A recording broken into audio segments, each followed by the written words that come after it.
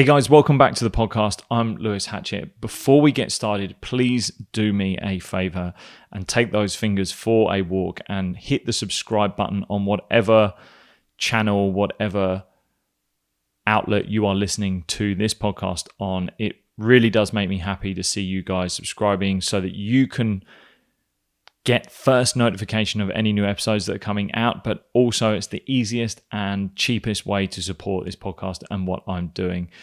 If you already a subscriber, thank you so much for joining and coming back. This is the only ask that I have of the show so far. So let's just get straight into this episode, which is going to be about trying to come back after a loss, trying to stay confident after a loss, trying to manage the emotion that you feel after losing. Now, I'm going to be coming from a team perspective, but also an individual basis as well. So if you are an individual athlete and the sport that you do is you're on your own and you're competing on your own, this will apply to you because even in a team sport, you feel this sense as well. So I recently played a game. I played on the weekend. I play at a fairly high level, and we were going into this game as a team, probably as favourites, and we lost. It was a really close game. It was a great game. The team that we played against, they played it brilliantly. They had a really great day, and it was a great contest. And I found myself going home, and pretty much over the next 48 hours after this game, really burning. And most athletes that compete at a good level, and any level really, that you will feel this sense of loss if you are on the losing end of a match event or you haven't succeeded in what you were trying to achieve. And it can really, you can take it really personally and can burn at you for quite a while. And this one really got me, and I couldn't really figure out why it got me more than others. But then I recognized that I was probably a little bit more aware of the emotions I was feeling. So I kind of sat with the emotions for the next few hours, days, and really every time I felt this sense of loss from the match, or sense of frustration, sense of anger, sense of low self-worth, when I was thinking about this result, I sat with the emotion and tried to listen to the stories that I was telling myself. And some of them were ridiculous. Some of them were really so far out of my control and so far from what I expect of myself that it kind of amused me. But I started thinking about what people perhaps thought of me as a player, whether it was completely ruining my reputation as a player. Should I be giving up playing? Should I go and focus on something else? I went into a moment where I started thinking about my stats. I started thinking about my game is, and most games and sports are stats driven. And I started thinking about how had negatively affected my statistics. And like I said, so much of what I was thinking about was so far out of my control. There was nothing there that I could take action on. There's nothing I could undo right then. But I was trying to grasp onto this storyline and trying to run away with it for no reason, only to just a huge negative effect on both my mental capacity of where I was in that day and what I was trying to do, because it was taking up so much space and so much mental capacity that I didn't really need it. But by just simply looking at it and watching it and seeing what I was saying to myself, I recognized how crazy and ridiculous it was. So I wanted to talk about, and perhaps this story has resonated with you already. Perhaps there's things that you tell yourself that sound similar. Let me know if they are. And I wanted to give you a few things to think about and a few things to use that you can focus on when you've had a loss, you haven't had something go your way, and how you can move forward into a next game, a next event in a much better frame of mind. And also, if you do experience, and I hope you don't experience too many losses, because in all sport we want to try and win as much as we can, that you can have this element of self-compassion, maintain your self-worth, maintain your own positive outlook on your own game and yourself, and then hopefully others around you, and you can start to take action and start to improve your game and improve others as well around you if you are a part of a team. Like I said, if you are an individual athlete, all of this stuff will still apply to you. So the first thing would be to have a look at the match you've just played and just go through a very quick general feedback loop and reviewing process of what you've done. And as always, and I've mentioned this before, asking yourself 3 simple questions. What have I done well? What have I not done so well? Where can I develop? And what am I going to do next time to improve? Or what am I going to do in training to improve?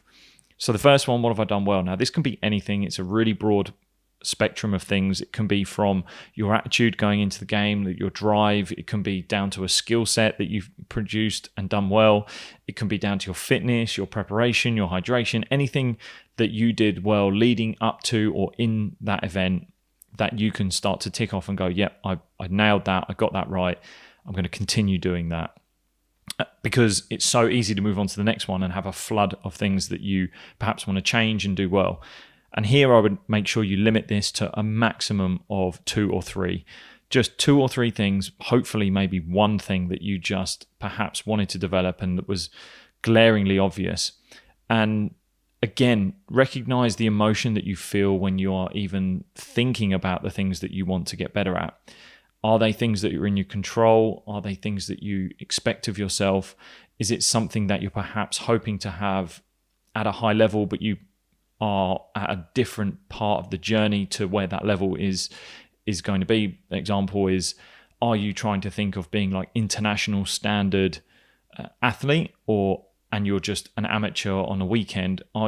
Is it a realistic gap of what you're expecting of yourself? So think about what you perhaps can produce and what you've done in the past, and can you find a little skill set, a little element of your game, your preparation, whatever it may be, that you can just tweak and improve, and you perhaps know you didn't get right bang on. And then the last bit is just that taking action. So being able to think of a practical way of improving that little skill set. So if it's a skill, it could be putting half an hour more of training on it next time you train. It could be doing a whole training session on that area.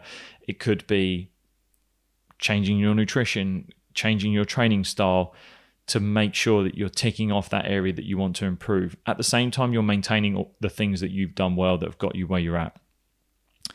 So that's just the general feedback loop that you can go through, and I encourage to do just after any game, any training session that you've done, just to continuously keep adding that 1% on and having that aggregation of marginal gains. So the next 2 are the main 2 really when you're thinking about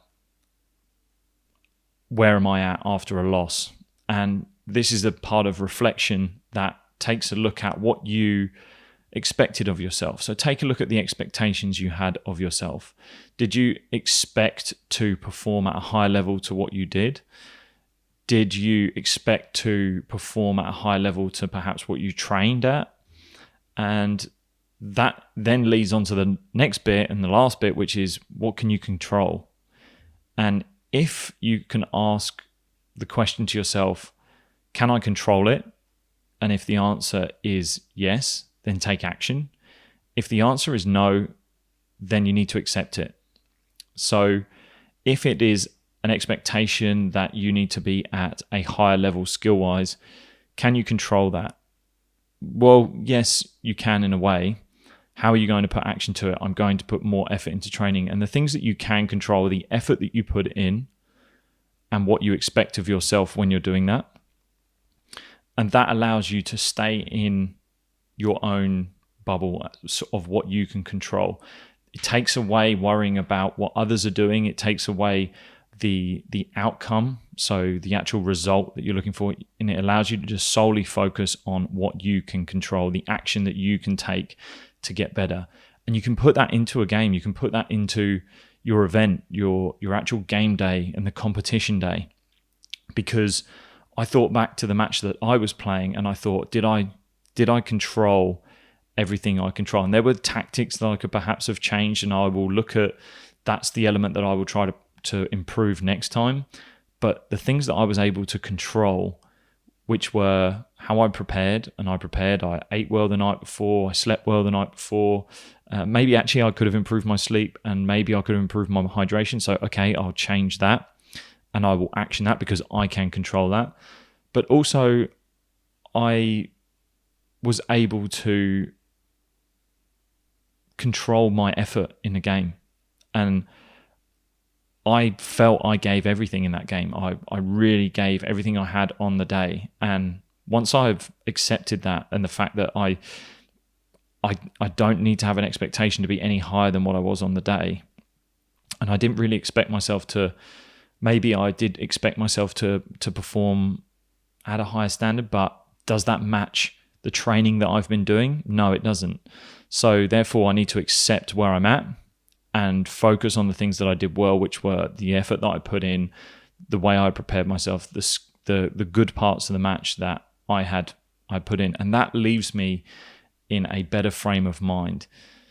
So like I said, it's really easy to get caught up in focusing on all the things that you perhaps can't control. Again, I couldn't control how good a day those players on the opposition had. I couldn't really control that. Like, as much as I tried, as much effort as I put in, I couldn't control how good a day they were having. And really, like, it was awesome to have a great contest. And one of the things I ended up reflecting on was how much fun it was to be in a good, tough game environment that was exciting for the people watching and those that had come out on their Saturday to watch that game. It was entertaining. So it was good fun to be a part of that, and then to speak to some of the players after and just say like how good a game that was on both sides of like our team and their team. So it's really easy to get caught up in how you feel about yourself and how you perhaps think others think about you. It's, again, that's something that perhaps didn't touch on, is you can think that you've lost this credibility in who you are and people will start to think you're no good. I promise you're not.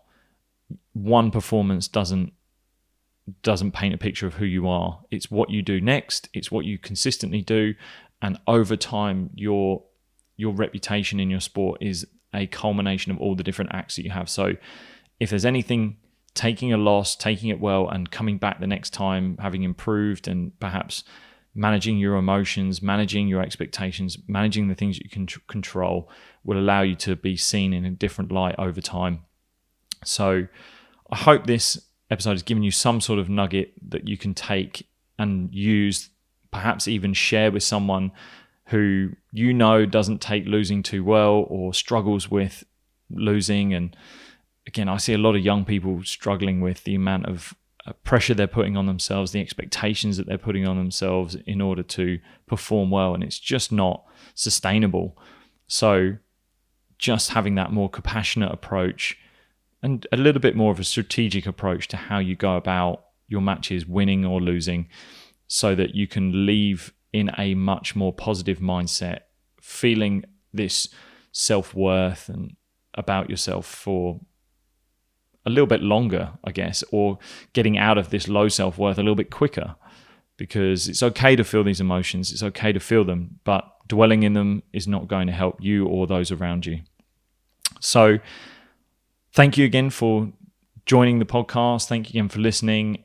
Once again, the only ask I have is that you just subscribe with whatever channel, whatever forum you're listening to this show on. It's the only way and the cheapest way you can support this show. And I thank you so much for joining me and listening. If you want to reach out and find me, Instagram at Lewis Hatchett, or you can find me at lewishatchett.com and the podcast /podcast. So thanks again, and I will see you guys soon.